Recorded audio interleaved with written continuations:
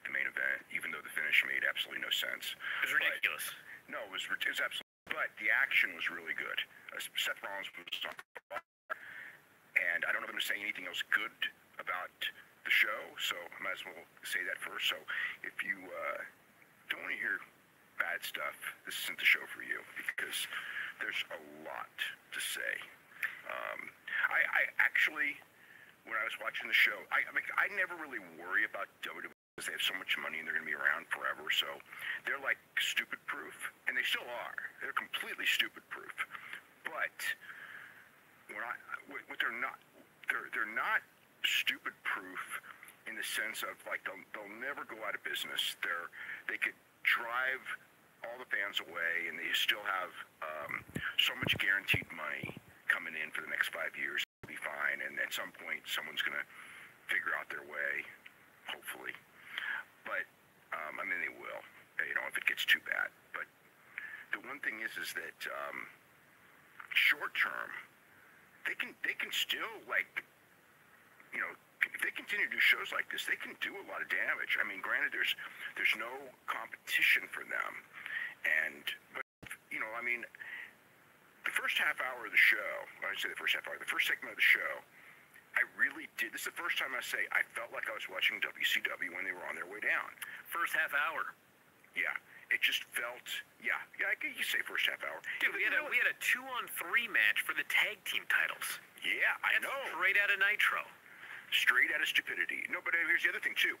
Even the stuff that wasn't stupid was boring, which is never good either. But that first segment was like, I felt like I was in a freaking time machine watching the exact formula that ran off the audience by they tell the people that the product sucks. They brag about their ratings. Bragging isn't the word. They talk about setting record low ratings. What does that say to the people? It's like, you're basically telling your audience, you're watching like a dying product that's uncool. And it's like, that's pretty, and then you bore them for the next couple hours, or give them stupidity. It's like, what, I saw what happened with WCW when they tried this formula. Now, WCW did have competition that was very good at the time, and that, that was really good, was star-laden, competition, and that made a difference. But if WCW had been the only game in town in 2000, 1999, 2000, they would have still gone down hard, just because of the incompetence of the people running the company and how bad the product was. And that still could happen here. Now, they're still going to make money. So, I mean, that's the one thing that they have that WCW didn't have is that cushion, in the sense if people stop buying tickets to the shows and the TV ratings start to decline, they're still not going to lose. They're still not going to lose money. There's too much of a cushion, especially starting next year. But it's still, if you run off your audience, that's a tough one. Yeah, you can always get them back, but that's a tough one. The last couple of weeks, it felt like shows that are gonna run off audience, and you look at the attendance figures. Felt like it. I mean, we have evidence of this. Well, they did. Yeah. I mean, the interesting thing for tomorrow. Again, the rating, of course, is the key. But what I think is interesting is, will giving away a TLC match, even with Baron Corbin in it, will giving away a TLC match on television in the third hour solidify the third hour so it won't drop that badly? Because the normal, what I would say, the normal state of the show while watching it, I was feeling a show that was going to, drop throughout, especially in the third hour. But when I watched that TLC match, I thought, there's a TLC match here on the show, and maybe by advertising a TLC match, just because it's TLC, maybe they'll keep viewers in the third hour. I'm not saying it won't drop at all in the third hour. It always does, almost every week. But, maybe it won't drop like it did a couple of weeks ago where you had that giant drop in the third hour. Because otherwise, without that match, I do think that you probably would have had, without the TLC aspect, because you would have more Baron Corbin, who was already all over the show, Yeah, Seth Rollins is I guess about as big a star, except for Ronda Rousey, that you got on the show right now. But he's not enough to overcome Baron Corbin under normal circumstances. If it was just Seth Rollins and Baron Corbin in an Intercontinental title match, I think the third hour was really going to drop badly. But with a TLC match, I think the intrigue of that, maybe, we'll see. But that's, I guess, the thing to watch for tomorrow. All right, so Seth Rollins ends up with his promo. Says he's here to spit some truth. He wants Corbin down to the ring. And Corbin comes out, says we should do this in private. And Seth says, shut up and listen. Says, I've been wrapped up with Ambrose, haven't had a chance to tell you about the job you've been doing as GM. Under your leadership, he says, Raw has sucked. Sucks because of you. Come out here every week, make everything about yourself. Fans chant Corbin sucks. Seth says it's not all right, it's wrong. Corbin says, I'm allowing you to vent. And Seth says, what are you going to do, fire everybody? You got the best roster available backstage. You don't know what to do with them. He basically uses Corbin as a stand-in for Vince McMahon, saying, but Vince McMahon's the writer. I know, that's why it's baffling. But he brings up the roster. It's not baffling. I mean, in a sense, it's Vince McMahon saying, okay, I know it sucks. And I know, and basically, it's his type of stuff, you know, like he brought up the urination thing. So that, which nobody wants to see but him. So it's sort of like him saying, okay, I recognize this. And that is kind of weird. It's really weird. Yeah, but even if you do, okay, so even if you do recognize it, do you gotta go on TV and tell everyone that it's been sucking? Because it doesn't help things. Not only that, Dave, but if you recognize that it sucks, why aren't you doing anything about it? The things that he complained about. He did this interview. Listen, the things he listed were the revival's being wasted. And there was no revival on this show. They weren't even on the show, yeah. Lucha House Party rules are stupid. They weren't on the show. Urination segments suck. We had urination. Well, we didn't have that on the show. Well, we had Drake Maverick mocking the guy, and the whole storyline based around his urination. Yeah, but beyond all that, listen, the whole promo is about how there's too much Baron Corbin all over the show. And he's all over which led to a show, not only with him all over the show, but in the main event of the show. So, if you recognize that it sucks, like, what the hell good does that do if you're still going to do the same shit every week? Not only that, but they were back to, just the exploitation between the Jim Neidhart thing, which I just found really tasteless, and then the Roman Reigns thing, which they had kind of, like, dropped off a little bit. They brought that back with a vengeance. Okay, so they do both of them on the same show. I mean, it's like I'm watching these guys in UFC every week, and it's like there's like a competition to like see who can like be the most tasteless. And I thought that I can't imagine what 2019 is going to bring, because after the Crown Jewel show, I thought, like, okay, nothing can beat that. But it's like they're trying to like hit us with something like on a daily basis. It's like, what can we do that's even more tasteless? And it's like on this it's like two on the same. You're doing two on the same show. I mean, it's like, talk about not just not creative, but jeez. I mean, by the way, did they ever mention Dynamite Kid on the show? Was there a graphic or anything? I don't remember it. I mean, I didn't see it. I was looking for it, but I tuned in about a minute late, so I may have missed a graphic at the start. Yeah. I mean, I'm not blaming them on that one, because you can make a case that Dynamite Kid, Dynamite Kid was a huge star, and he was a tag team champion there, and really half of one of the best tag teams in the history of the company. But, you know, there's so much to say negative about Dynamite Kid on this, at the same thing that I'm not blaming anyone for it. I was just curious if they did it, because I expected at least a graphic, but maybe because, you know, you're exploiting Jim Neidhart and you're exploiting Roman Reigns, maybe that could be like you're sitting there at the meeting going like, do we need to bring up that somebody died this week? Or Larry the Axe, who really, and now that I think about it, there is no reason Larry the Axe shouldn't have been mentioned. Because even though Larry the Axe wasn't like a big star for them in the modern era, the fact is Kurt Hennig was, and Joe Hennig is on the roster right now. So actually, I take that back. What I said. There's no, like, I can see an argument about Dynamite Kid. There's no argument not to mention Larry Hennig. Yeah. So Okay. Anyway, going back to this promo, the other thing he complained about was no Brock Lesnar on the show. So the last time Brock had a match on Raw was 2002, 16 years ago. So no Brock on this show, by the way. But what is that? What is it? 2002? What point was that to make? That for 16 years, Brock has... It's like, what, I don't even know what the point of Well, that the point of that was that Baron Corbin handed Brock the title, and he handed the world title to a guy that doesn't want to be there. That was the point of that one. Anyway, it says the whole Corbin experiment has been an abject failure. Everything he says, from fan support to ratings, are at an all-time low. And morale. And it's all because of Baron. And morale. Yep. So Corbin says, I don't care what you think. So you're basically telling everyone that all this stuff that we've said for all this time is true, which it is. I just can't imagine. I can't imagine you doing this on your own TV show. Well, they did it. So Seth says it can't get worse. Corbin says Dean is going to beat you for the title. It can't get worse. Whenever you think it can't get worse in wrestling, you know it's going to get worse. He says it can't get worse. Corbin says Dean's going to beat you for the title. I'm going to beat Braun. I've always wanted a TLC match, he says, but Braun can't be there, so I'm going to win via forfeit and be declared the new GM of Raw. So Braun has to be there on Sunday, right? Yes, they pretty much said later in the show that there were rumors that he was going to be there, so there's no way he's not going to be there. Right.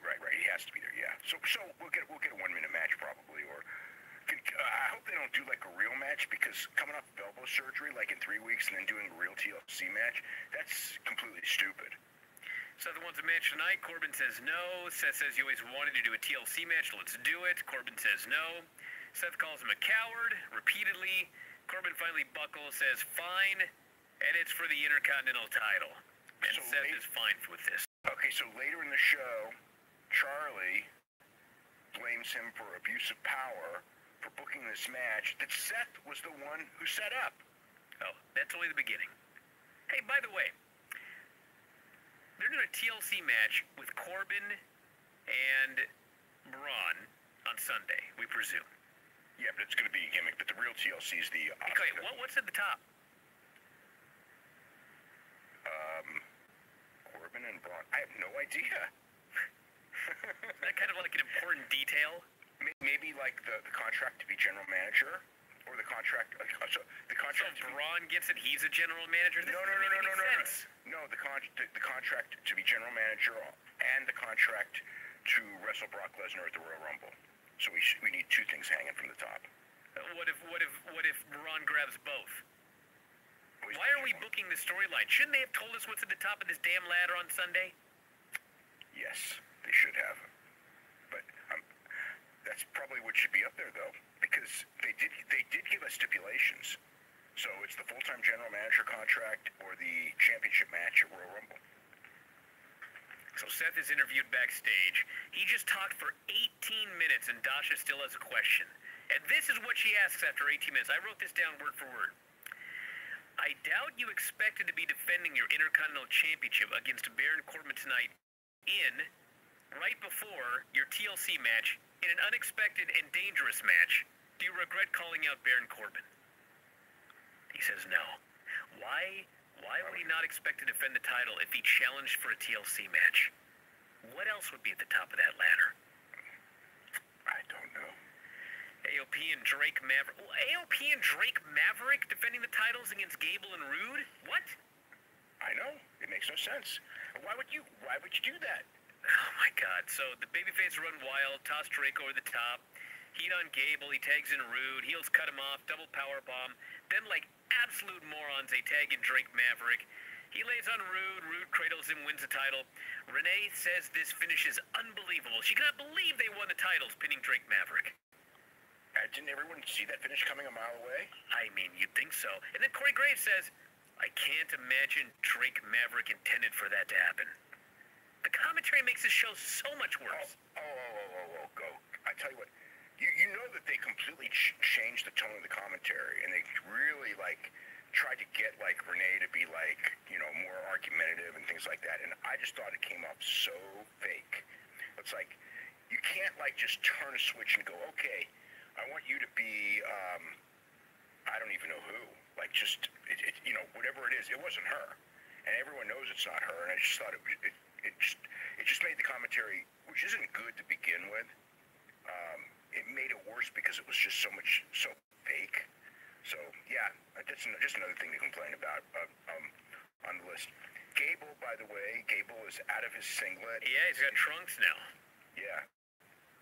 He I don't know. He deserves better than this. Hey, he just won the tag titles. That's something. He still deserves better than this. He won the tag titles in what is among the worst feuds of the year. That's true.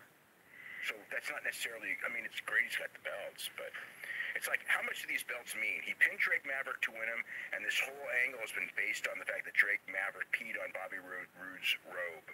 So how much, I mean, like, this is not really an elevated championship, you know, a belt that's going to change your career trajectory that much. Well, I guess a little bit, because before he teamed with Bobby Roode, his career trajectory was actually far worse.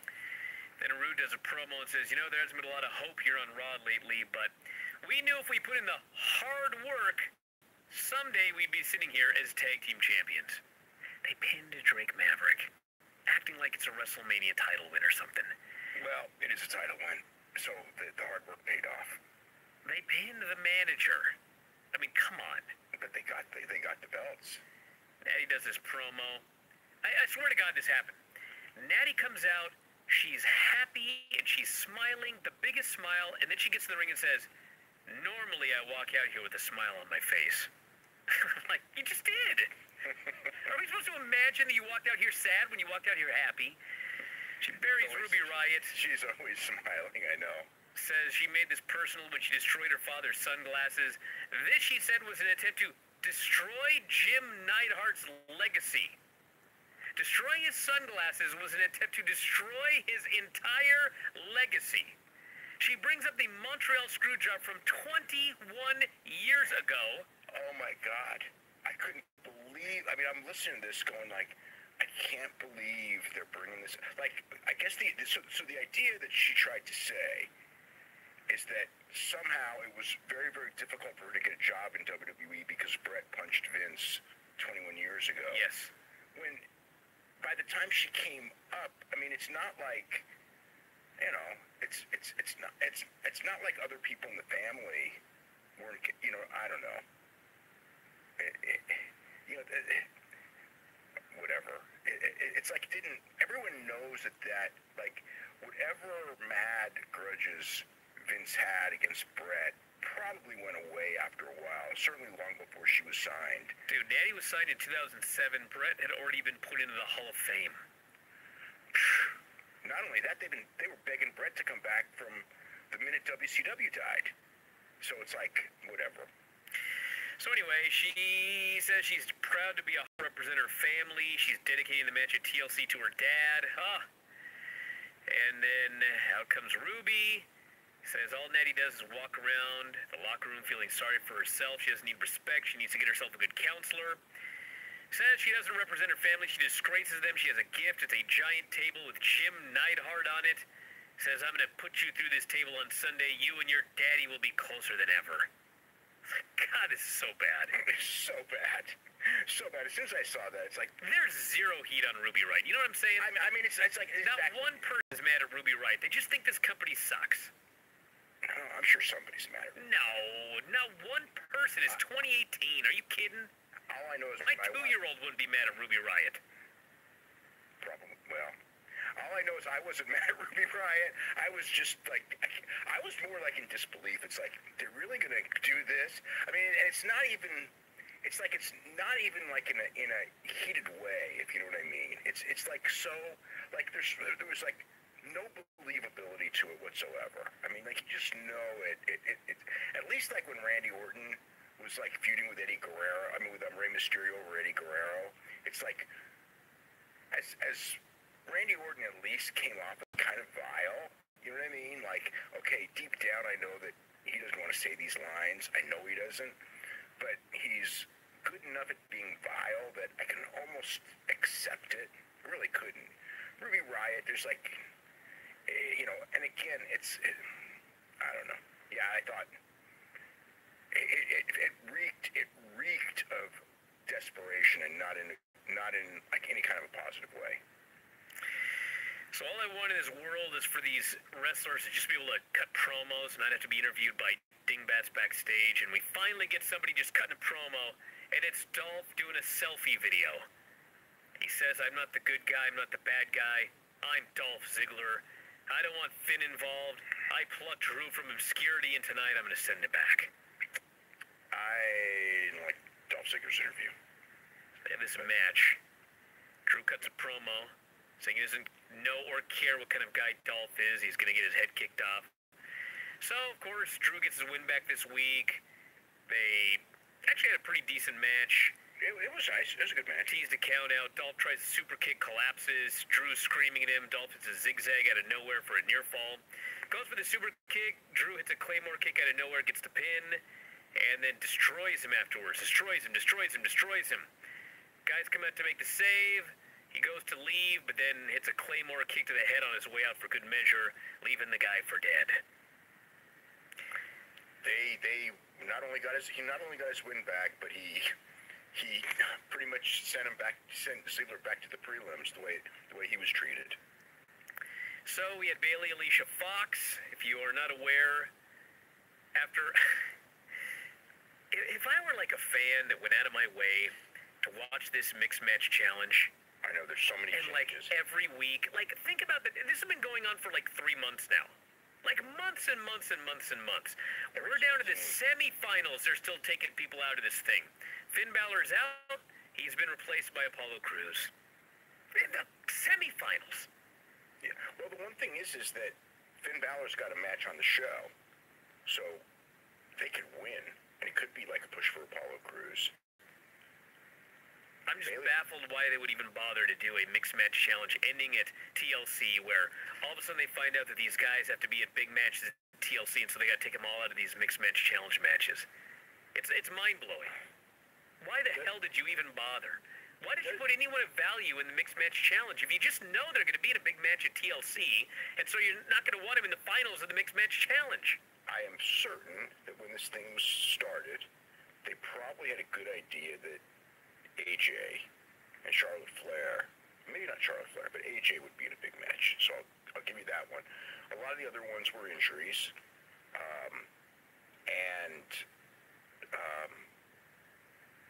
As far as Finn Balor goes, I'm sure 3 months ago, they had no clue they were going to have a match for Finn Balor at the show. So, but at that point, Balor and Bayley. Well, dude, once you know that you're going to go to the finals with Finn Balor or whatever, like, why do you start building another feud for him? Because I don't think that they really took the mixed match challenge as being anything significant. So what a complete waste of time. Do you think that they, had any idea where they were going to be with Drew McIntyre 3 months ago? They don't even, there's no way. So it's like, I mean, the mixed match challenge is the perfect example of, just that there's no long-term thought here. I mean, there's some. Obviously, they have an idea where they're going to go with a couple matches at WrestleMania, so there is that. But I mean, as far as filling in the blanks between now and WrestleMania, how they get there, that's a week-to-week thing. So, mixed match challenge kind of exposes the short-term nature of the booking.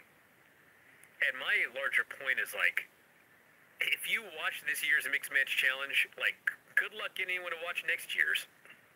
Nobody's watching this year's. Well, the 6,000 people or whatever. What's the numbers? Well, actually, last week was last Tuesday was way up, but the 2 weeks before that were hideously low.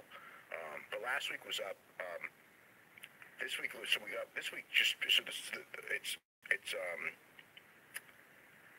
Finn Balor and no, it's not Apollo Crews. That's right. It's Apollo Crews and Bayley against who are they against? Jinder Mahal and Alicia Fox. Oh, can you imagine a tournament where Jinder Mahal and Alicia Fox are in the semifinals to begin with? After months. I mean, okay, and then the other one is Miz and Asuka. And Asuka is in what's really probably the main event on the show anyway. So in theory, she shouldn't win against R-Truth and Carmella. Think about that. Our finals may be R-Truth and Carmella against Apollo Crews and Bayley, or worse, R-Truth and Carmella against Alicia Fox and Jinder Mahal. That's probably the latter, would be my guess. So, I don't. Hey, listen, if Archer and Carmella win, great. Who cares? I'm fine with that. Well, they've been teasing they're going to go on a trip to Paris, Egypt, or... Sweet. Get him on TV every week, but she doesn't have to wrestle. I'm fine with this.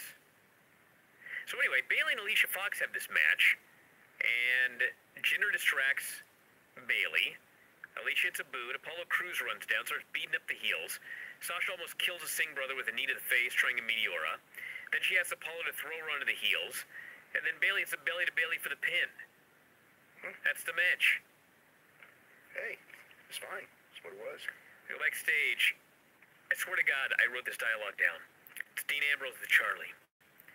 Charlie says, Dean, he says, don't ever call me that again. No, Luna's your friend. She can call her Dean. She doesn't like being one to be called. Well, they did this dialogue poorly then. Okay. She said, Dean. He says, don't ever call me that again. She says, okay, Dean. So she says, what's the deal? He says, Seth is a big, fat egomaniac. Seth is fat? He's not big or fat. He's not an architect. He has to pretend to stop himself from swearing. He probably isn't an architect, actually. I'm pretty sure he's not. Yeah, unless maybe he built his gym. You never know. He's got a gym. He did build it. I would presume that he put the stuff in it, but I doubt he built the building. Okay. So if Seth is still Intercontinental Champion after tonight, he'll take that title, tell him what he thinks of him to his face. She wants to know, how do you think Roman would react? He says, who cares? She says, listen, Dean, we really want to know your thoughts on this. They show a video package from day one. Roman Reigns giving his diagnosis. Dean Ambrose turning on him. Burning the jacket outside. The gas mask. The whole 9 yards. They go back to Dean. He leaves. He wasn't there, I know. It took forever. But you know what? If, you want to, book, you really can do this well and just have Ron in the background and just, wait for, the 20 minutes that are exciting on the show. And just have it, I think that's the value of the show now. It's just... You can get some reading or working out time in? Well, I've been working out time since on Raw for years now. But I definitely have more. I feel like... You're going to be in the Olympia here by the time this show's over. I may be in the Olympia by the time if this thing doesn't get better, yeah. So we have an Elias promo. They have an over 60 Olympia. They used to, didn't they? Or is it over 50? Over 60. We'd have to check. I mean, at the rate they're going, it'll be over 60. So Elias does his promo. And correct me if I'm wrong here, is he... Granted, I zone out during his promo, so I could just be out to lunch here, but has he still, as a babyface, been telling the fans to shut their mouths? Or did he forget that he was a babyface tonight? He hasn't been doing that as much. What he does now is he insulted Los Angeles. And it's if you're on a national show, it's Los Angeles did take the Clippers, okay, and other teams, but anyway, from San Diego. But I never thought that there was hate. There's always been a rivalry between San Francisco and Los Angeles. That's just natural. But I never really thought there was with San Diego and Los Angeles. So they were trying to get people to hate Los Angeles, and it was really lukewarm. Although he did touch a nerve, but I don't know. It was a reach. Well, he does his deal, and he goes, I want to sing a song for everybody, so will you please sit down, silence your cell phones, and shut your mouths? I was like, what? And the crowd kind of reacted weird. And then he just worked as a babyface the rest of the night. I don't know what the hell's going on in the show anymore. So it's Drifter versus Lio Rush. Oh, okay, so the one thing with him is just, if you ever notice, he does the exact same thing all the time. So it may just be he's just... I think he forgot. I think it's just that natural thing where this is what I say, and all of a sudden it's well, that makes no sense, but he's so conditioned to saying it, and maybe they just forgot to tell him, hey, by the way, maybe drop that line. So Heath Slater's referee for this match. Drifter destroys the guy. Lashley hits the ring. Should have been the DQ, but Slater won't call for the bell because he's Corbin's puppet. Lashley beats on Drifter. He tells Leo to get Elias's guitar. Drifter, of course, didn't have one damn friend in this whole company. Lashley breaks the guitar over Elias's back. Why should he have a friend in the company? Well, in the old days, the baby faces all stuck together and the heels all stuck together. Yeah, but he was a heel for months, and so was Luger, and he turned, and all of a sudden, all the baby faces were his buddy. And they made it work. They went out of business too, so I wouldn't use them as they an did, example. but I mean, still, I've been watching every week. It's way better than this. Yeah, that was way better than this, for sure, yeah.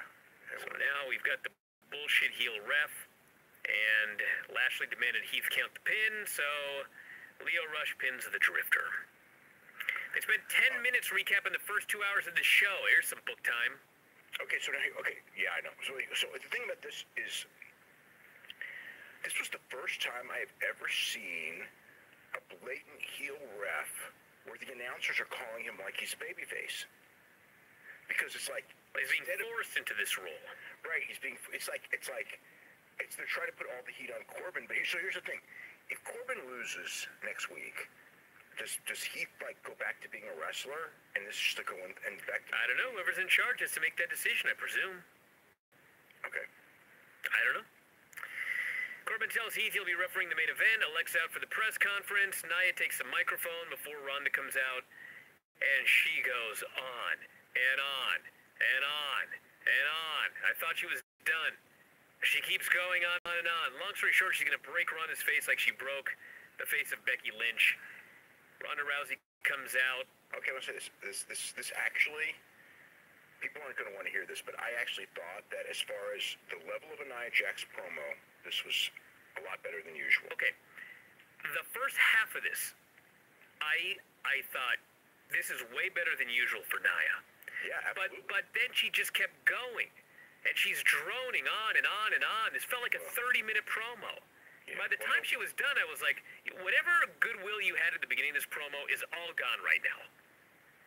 Ronda comes out, and Nia and Tamina bail. This leads to Ember running down to... Actually, amazingly, we had a friend on this show. That led to Ember versus Tamina. Ember makes a comeback. Nia goes after Ronda. Or Nia goes after Ember, but Ronda tosses Nia over the barricade. Ember hits the Eclipse, gets the pin. And Cole says this gives Ronda momentum going into Sunday. Oh, it did? It did? Well, I'll tell you. So here's the thing. Shouldn't, like, the storyline be that Ronda took such a savage beating that she's in danger of dropping the championship? You know, that should be the story, because when I was watching Nia's never-ending promo, all I could think was... She never brought it up. No, not even that. Like, I watched Ronda beat her clean in the middle. Like, I know. Why should I care about this match? I know. There's never been any indication that Nia has a better chance this time than last time. What, she broke another girl's face with an errant hand? Like, that alone is supposed to make me think that she's going to beat Ronda this time? Well, I mean, the whole thing was like... I thought the whole angle was set up that Ronda is facing the toughest woman on the roster, and she's hurt, and the woman's twice her size. But, I mean, she did bring up her size. She did bring up her size. Never brought up that Ronda was hurt. It's like, once Ronda got hurt, it's like they pulled back on it, and it's like, you know, like, we can't have our top baby face showing that she's hurt. So, okay, so think about the whole thing. Okay, so she does have I guess it does set up the match with Charlotte, but Charlotte's back to being a babyface because the heel turn didn't count. Ronda's not hurt anyway, so it's like, exactly why are we, like, wanting to see that big grudge match again? Hell if I know. Okay. I have no earthly idea. And then part of her promo was like, if you grab my arm, I'm just gonna snatch it back. And I'm like, dude, I saw her armbar you like 4 months ago. It wasn't that long ago. My memory's not that bad. So then we had a Corbin promo. Charlie says, don't you think this match is an abuse of power? He goes, I accepted a challenge.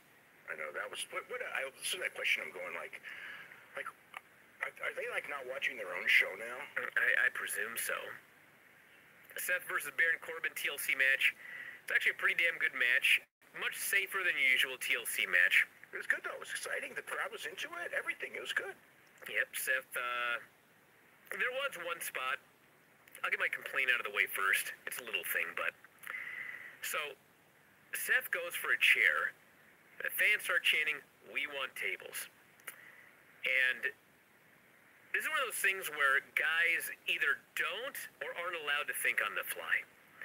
If you're doing a match and the fans are chanting, we want tables, The spot that they had planned was Seth is going to do 3 dives, and on the third one, Corbin's going to catch him and put him through the table. Like, to me, if the fans are chanting, "We want tables," like, call an audible and have the babyface put the heel through the table. Not immediately have the heel put the babyface through the table, which is what the fans are chanting for and that they want. So other than that, I like the match. They're not gonna do that. Seth hit Slater with these things are so planned out. You're not gonna be able to, you're not gonna be able to like just change on the fly like that. It's not a house show, so.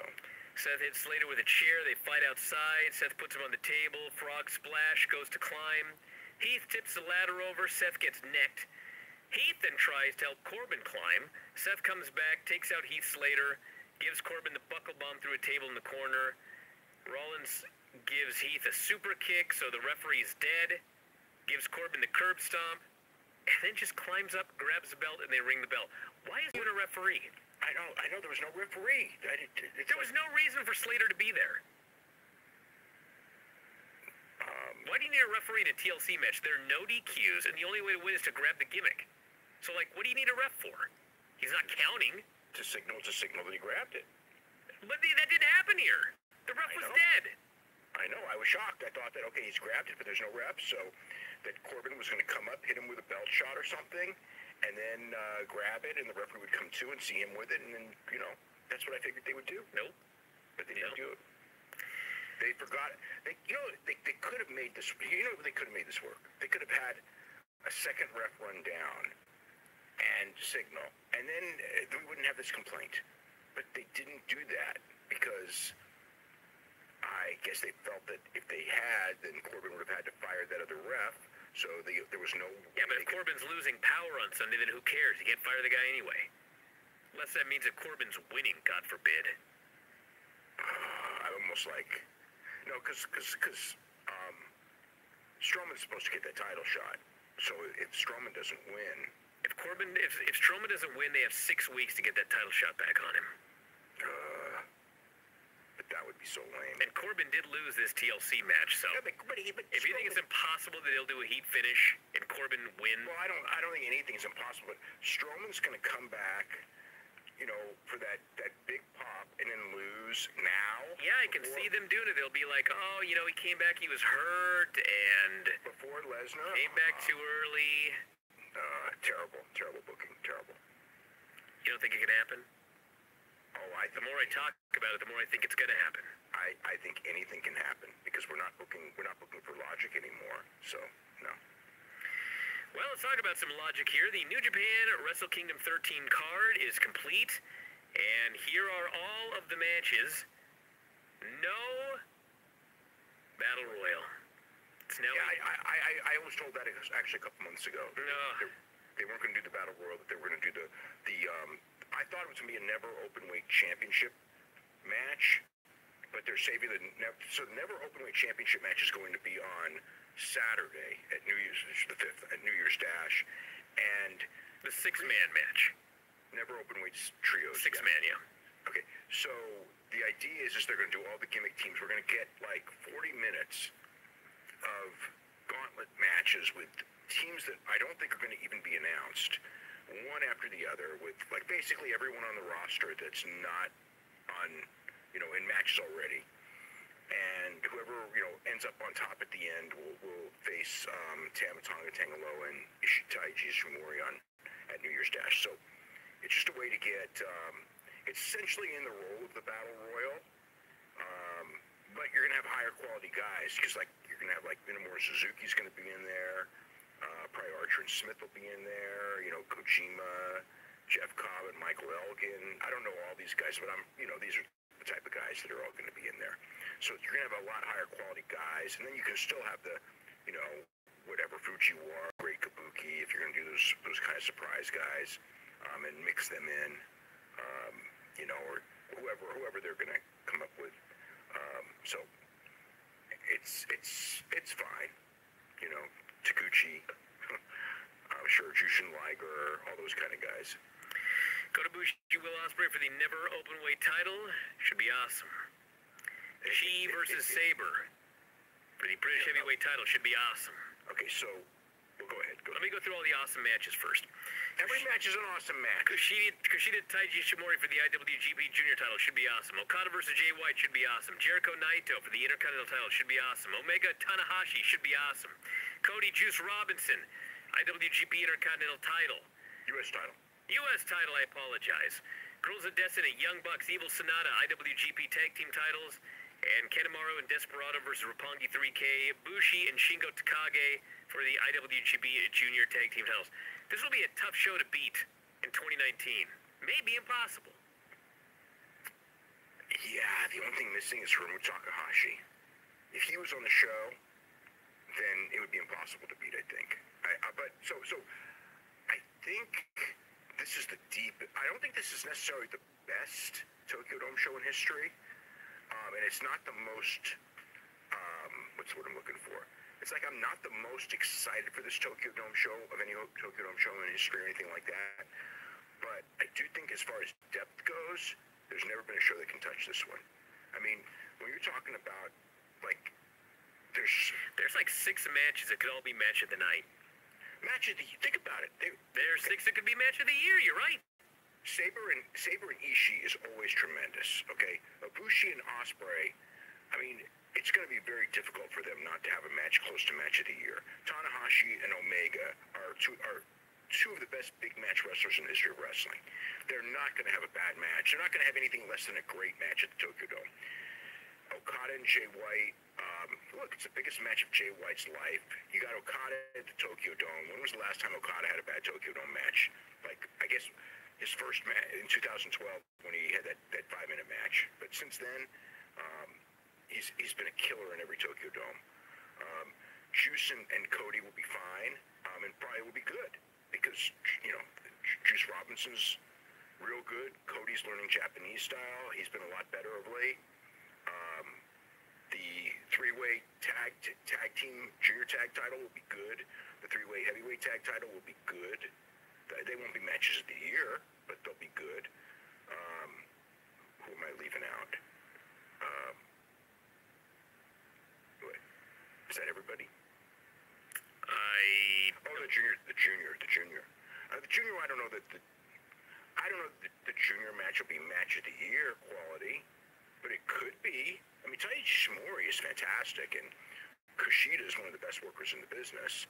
So the only thing is like Hiromu just, you know, Hiromu was so incredibly charismatic that him not being there, it's somehow that division. It's like, I mean, it's not like it's bad, but it definitely took a step down without Hiromu. I mean, I never realized, well, I did realize, but you really realize just how fantastic Hiromu is when he's not there. There actually is something kind of missing. It's like when a Ishimori against Kushida match, as great as it will probably be, it almost feels like, well, God, he can't match when, you know, that insanity that Hiromu used to do. You know, and not just insanity, but charisma and everything like that. Like last year when they had that 4-way. I mean, I don't think they can top that 4-way. But still, yeah, this show's going to be just fantastic. We also got on this weekend, actually, I guess it's the 14th and 15th, we got the Road to the Tokyo Dome cards. December 15th is headlined by Tanahashi and Will Ospreay versus Omega and Ibushi. Yeah, what a great match, huh? I'll say. Jeez, it's like, yeah, well, I mean, that's what I've been saying for months. You know, it's like, that's what they do on that show. So it wasn't Okada, which is fine. You know, it's a different match. There still could be, you know, and you know, perhaps like Tanahashi and Okada against the Golden Lovers match, they can still do that in like a couple of months. And you know, deep down it does make sense because the reality is that Okada and Jay White on that card should be in a match, in a tag match against each other because they're the ones feuding, and it is Ibushi. I mean, it is Ibushi and Will Ospreay. They're feuding, so really the way they did the match, it makes more sense with the Tokyo Dome storylines, and I can't wait because Will Ospreay and Kota Ibushi are going to be like so good. Even the injured Will Ospreay is such a good worker that he's like Tanahashi now, in the sense that if he's hurt, he just changes the story, and he's great at whatever street you can do. I remember Will Ospreay, he said this once when he was doing all that flying, and somebody said, like, oh, you don't know how to chain wrestle or something. You know, they were criticizing him, and I remember he said, like, I can do it, just not what I'm doing right now. It's like, you know, when people, oh, you know, he can't do this, he can't do that. It's like, he can do anything. The guy's like one of the most talented guys I've ever seen, and you know, that match with Tai Chi, I mean, he had a great match with Tai Chi while he was probably physically limited. Because it was one of the most impressive performances I've seen in the entire year. Maybe the most impressive. What, because it was Tai Chi in there? Yeah, it was Tai Chi and he was injured. I mean, have you seen a performance like that from anybody? Well, even, you know what? Even if he'd been healthy, it would have been impressive. But he was hurt. Yeah, so it's even more impressive. Yeah. They're also returning to the United States for a New Beginning USA. January 30th, they will be in Los Angeles, the Globe Theater, and 2 days later, they will be in Charlotte, North Carolina, at the Grady Cole Center. Yeah, they were going to do the third in Atlanta at Center Stage, but then they found out that there's like this Super Bowl game going on that Sunday. So I guess they're not running that date after all. But that's the idea of why they were in Charlotte, was they were going to do Charlotte, and it was actually going to be a two-show tour. It was going to be Charlotte and Atlanta. But I think that there was a realization that going against Super Bowl, so then they had to scramble for a date. And since they're based in Los Angeles, I don't know why they were going to bring, because essentially it's a dojo show with like a couple, because they're going to have two major shows in Japan. They're going to be the second and the third, both in Sapporo, the New Beginning in Sapporo. So all the big stars and champions are going to be there, but there'll be some guys who aren't there, you know. So these are like secondary type shows. So the Charlotte at the Grady Cole Center, I think it's going to be a tough draw. It's going to be a lot of like Carl Fredericks and Alex Coughlin and, you know, those kind of guys, you know, the guys in the dojo, you know, who are good, you know, and it's going to be like all the Shibata guys, and, you know, and maybe like one or two, you know, like I don't know who, but, you know, like maybe like a Goto type guy, and maybe somebody a little stronger than that as a main eventer, you know, whether it's Juice or who knows who, you know, just guys that don't have a big program for the Sapporo shows. So, you know, Globe Theater's fine. I mean, it's 1,000 seats, and maybe even less, because I know with PWG it's just over 600 when PWG sells it out, but they don't for whatever reason the place holds well over 1,000, but PWG only sells a little over 600 tickets, and then all these people can't get tickets. Don't ask me to explain why. It's just what it is. So I don't know how many tickets they'll put on sale, but if it's like 600 or 800, I think they'll probably be able to fill that, even though they're going to be 12 days after PWG. Maybe not, but whatever. I mean, that'll be fine. But the Charlotte will be a little tough, but it's minor shows, so it's not a big deal. Well, should I just mute my mic while you go on about Greg Hardy? I don't really have a lot to say about Greg Hardy, just that, so anyway, the deal is what I do know, partially from how Dana reacted to those questions when he was asked, and also from talking to people there, that they did not book Greg Hardy and Rachel Ostovich on the same show to get a ton of publicity from people mad about them booking. Well, I never figured they did that. Okay, so I thought it was like a terrible timing decision.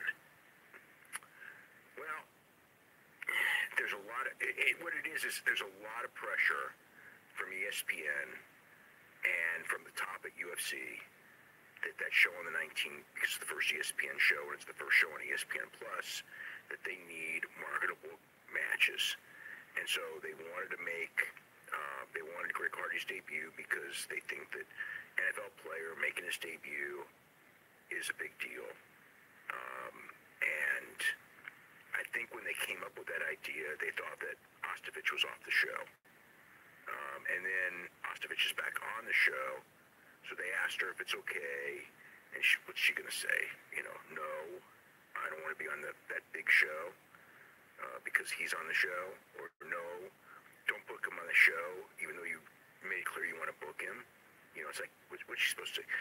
she's not happy because people are going to be asking her all kinds of questions, and it's going to make things very uncomfortable for her because she's going to keep saying it's okay, and everyone's going to go, "How can you say this?"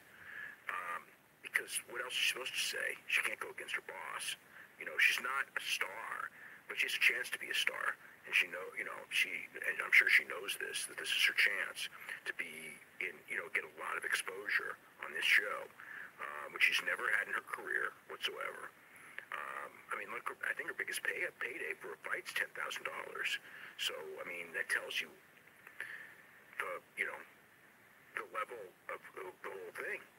So now she's going to be a focal point of the show, and somewhat because of the nature of the fight, and somewhat because of the fact that her husband allegedly beat her up way too recently for her to be fighting, but that's another issue.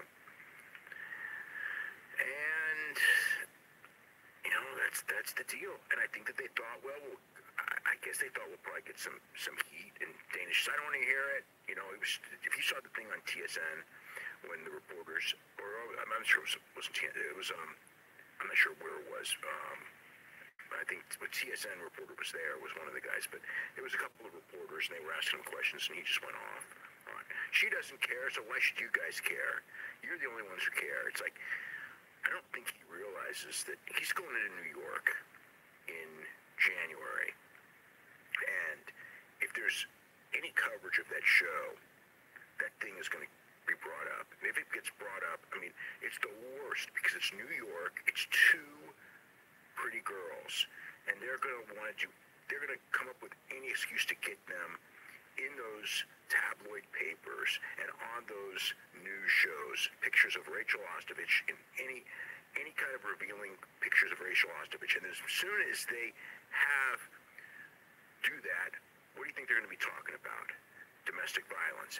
And there's Greg Hardy, Mr. Domestic Violence, right there on the show. I don't think there's any way to avoid this being a complete nightmare the week of the show. And I don't think that they realize. And the problem is, it's like, if this was like Sioux Falls, South Dakota, it'd be okay. It's a big story in Sioux Falls. No one's going to care. This is New York City, which means that it's not going to be a local story. It's going to be a national story. And it's the national story that they need at this or any other time.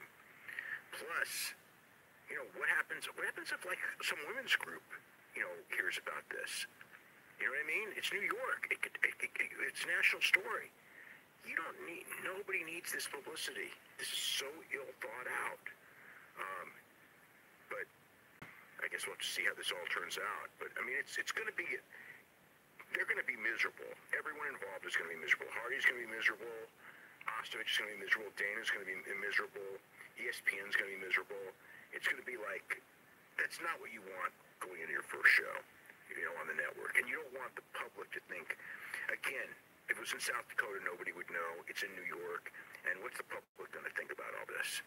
They don't know who the fighters are. All they're going to hear is, oh my God, this poor girl, and then Greg Hardy's on the show. And they're going to go like, what kind of an organization is this? It's can't miss that to the average person, this is going to be, it's going to be so tasteless or come off so bad. And I don't think that they get the magnitude of this. I think that, I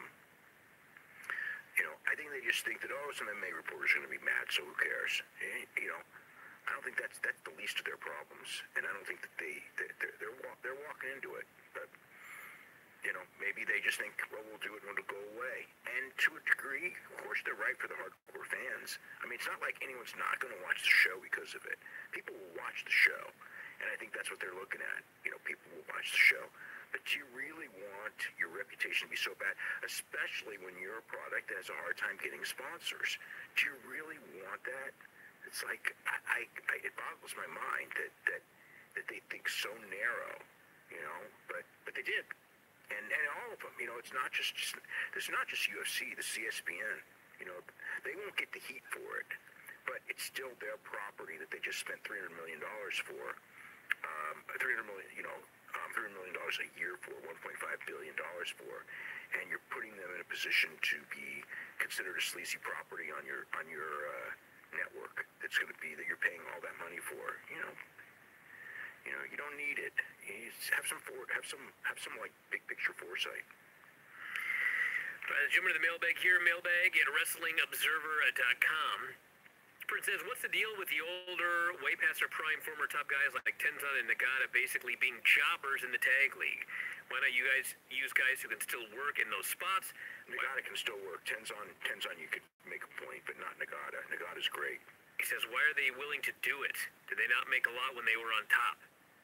It's just how they're very loyal, and yeah, I mean Tenzan probably shouldn't. Tenzan shouldn't be in the ring anymore. That's true. He's got so much damage. It's like scary, but that's whatever. But he's like Tenzan and Nakanishi are Nakanishi doesn't wrestle as much, but I don't want to hear anyone Nagata and Kojima. Those guys are still really good. Here says, I heard Greg Gagne tell a story about how he and Vern were trying to get Alexander Karelin to do pro wrestling in America. Outside of a match with Maeda, he never did any MMA or pro wrestling. God. Are there any stories of Pride or Vince or anyone else trying to sign the experiment? It seems like he was born to do some sort of prize fighting, yet never did. Everybody wanted him. The only one he accepted was a pro wrestling match with Maeda. That was it. Because they offered so much money, and he never did it again. So there's your answer, but everybody wanted him. But the Gagne thing, it was just, I know the story. It's such a bullshit story. I mean, it's like, did someone have that idea? Of course, everyone had a million ideas for Alexander Karelin, big monster and everything. But they weren't going to get him. They're not in a million years. I mean, the only ones, like I said, the only ones who could get him were the Japanese, and they paid him an incredible amount of money. He did one match, and that was it. I mean, UFC wanted him so bad, they couldn't even find him. They never even came close. It would have been something. I mean, but yeah, Greg Gagne, we're gonna steal Hulk Hogan from WWF in his prime and put him against Alexander Karelin. Yeah, right. This person here says, prior to the Communist Revolution there in the 50s, did any wrestling promotion regularly run shows in Cuba? Have any promotions tried to run there since? I don't know anything about pro wrestling in Cuba now, but yeah, pro wrestling in Cuba, absolutely. Yeah, there was regular pro wrestling. I think the Florida office ran there before Castro. But there was definitely pro wrestling in Cuba. There were pro wrestlers that came from Cuba as well. This person here says, the more I rewatch Shibata matches from 2016 until his injury, the more positive I am. He was tracking towards eventually being the #1 New Japan attraction both in Japan and North America. He had a legitimacy, a charisma, and at least to me, drew me in even more than Okada, Tanahashi, and Omega. Do you think we'll ever see him back in the ring, or do you think he would have ended up had he not gotten injured? I don't think he would have been as big as those guys. But yeah, he was great though. I don't expect him to wrestle again. I don't think any doctor would clear him. I'm glad he's healthy, coach. But yeah, I don't expect him to wrestle again. And I maybe. I mean, Hana's wrestling, but in a sense, I don't know if that's a good thing that Hana's wrestling. I'm afraid for him, even though he obviously knows his limitations. But it's still and I know guys that work with him, and you work with the guy, and you kind of get scared because you don't want to do the wrong thing to him. And New Japan's it's very tough wrestling, so you kind of have to hold back, and then it's not really a good thing. I'm afraid for him when I watch him. I don't like when I watch Honma matches now. It doesn't feel like a good thing with Shibata. That would even be worse. This person here says, with Rush working some days for MLW and Impact, do you think he's looking to build a career in the U.S.? Is he someone WWE would not be interested? interested? He's working with Ring of Honor, not Impact. In signing? WWE? Yeah. Oh yeah, of course WWE would be interested in signing him. And I mean, you never say never, but one of his best friends is in WWE and is completely not happy. So I don't think that he's like in a rush to be unhappy. He doesn't need to be. But I mean, if they if they offered him enough money, you might do it. But you watch that guy. Why would it's like he's commanding a lot of money, because I know, like, all the indie promotions here that want to use him, he's out of their price range. So I don't know what Court's paying him. I haven't asked, but I know what he's been offered and turned down here, and so he ain't hurting for money, because he'd be getting tons of U.S. dates at a real good rate if he wanted to work the U.S. more. And he clearly doesn't. So, there's your answer. First, has any update on when Owens and Zayn will be back? God, let's see. Kevin Owens is due late February, early March, but they may hold him off till after WrestleMania. And Sami Zayn, I don't know off the top of my head. I'd have to look that up. I don't remember. This person says, why did WWE never do a program between The Rock and Shawn Michaels, even though Shawn screwed The Rock out of the WWE title in the late 90s? There was never really the right time, number one, because when The Rock really got to remember that Shawn stopped wrestling in 98. WrestleMania 98. And Rock was on the way up at that point. And then Shawn was gone for 4 years. By the time he came back, Rock was pretty much, he came back for matches here and there, but he was pretty much done. And you got to remember that until a few years ago, The Rock never would have worked with him. I mean, he just wouldn't. He had a lot against him. And by the time he figured out that he would work with him, they were both retired. So he wasn't going to work with him then either. So it just was never, the timing never worked is the answer. But yeah, when he was on top, he was pretty adamant about not working with Shawn. And he had the power to do that. All right, everybody, on that note, we're going to wrap it up for today. The new back issue of The Observer is up on the front page. New Observer out on Wednesday. Tons of shows. It's going to be a very